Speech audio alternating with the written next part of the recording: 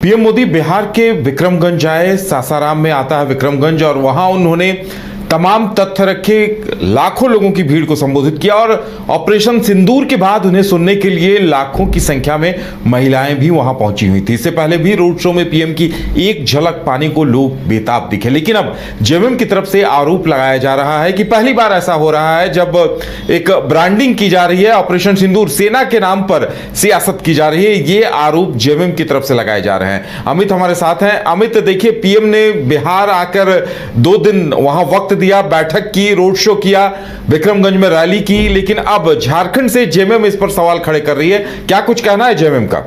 बिल्कुल उधर जिस प्रकार से जेएमएम के जो प्रवक्ता हैं सुप्रियो भट्टाचार्य, उन्होंने साफ तौर पे कहा है कि पहली बार देश में जो है सेना को लेकर के राजनीति की जा रही है। साथ ही सेना की जो पराक्रम है उस पर भी कहीं ना कहीं राजनीति की जा रही है। पीएम मोदी हर जगह जाकर के जो सेना के पराक्रम है उसको लेकर के बयानबाजी कर रहे हैं और साथ ही कहीं ना कहीं एक राजनीति जो है साफ तौर पर देखने को मिलती है। जिस प्रकार से पीएम मोदी ने ऑपरेशन सिंदूर को लेकर के बात कही कि अब हर घर घर जाकर के सिंदूर बांटने का काम जो है बीजेपी करेगी, इस पे भी उन्होंने सवाल उठाया है। उनका साफ तौर पे कहना है कि कहीं ना कहीं यह जो है हमारे सनातन धर्म है या फिर जो एक महिला हैं उनके लिए कहीं ना कहीं ये बहुत शर्म की बात है कि दूसरे पुरुष के हाथ से महिला सिंदूर कैसे ले सकती है। इन सब बातों पे विचार करने की बात है और ऐसे में खास करके उन्होंने सेना की जो पराक्रम है उसको लेकर के कहा है कि जिस एक समय था जब पूरा देश जो है सेना के साथ में थी और साथ ही अगर देखा जाए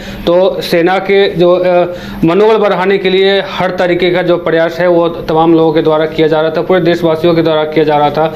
लेकिन वही पीएम मोदी जो हैं इस चीज़ को राजनीति में ले के जा रहे हैं, बार बार सेना की पराक्रम जो है उसको राजनीति में लेके जाने की बात कर रहे हैं। साथ ही सुप्रियो भट्टाचार्य ने यह भी बताया कि जिस प्रकार से जो हफीजुल हसन को लेकर के जो भी बयानबाजी चल रही है उन पर भी उन्होंने बयान दिया है। उन्होंने ये भी कहा है कि ये जो यूनिवर्सिटी का जो मामला है हो सकता है कहीं उन्होंने तंज कसते हुए कहा है कि ये यूनिवर्सिटी जो है किसी बीजेपी के द्वारा ये निर्मित किया गया हो। साथ ही उन्होंने बिहार चुनाव को लेकर के भी बयान दिया है कि बिहार चुनाव में भी जो जेएमएम है वो प्रमुखता से चुनाव लड़ेगी और बढ़ चढ़ के हिस्सा लेगी, लेकिन अभी फिक्स नहीं कि कितनी सीटों पर चुनाव लड़ेगी, लेकिन चुनाव जो है वो बिल्कुल लड़ेगी बिहार में। जी चलिए, अब इसका रिएक्शन बीजेपी की तरफ से क्या कुछ आएगा ये देखने वाली बात होगी, लेकिन जेएमएम ने जिस तरह से आरोप लगाए हैं उसके बाद ये लाजमी है कि बीजेपी भी इस पर पलटवार करेगी। अमित, हमारे साथ जुड़ने के लिए और तमाम जानकारी देने के लिए आपका बहुत बहुत धन्यवाद।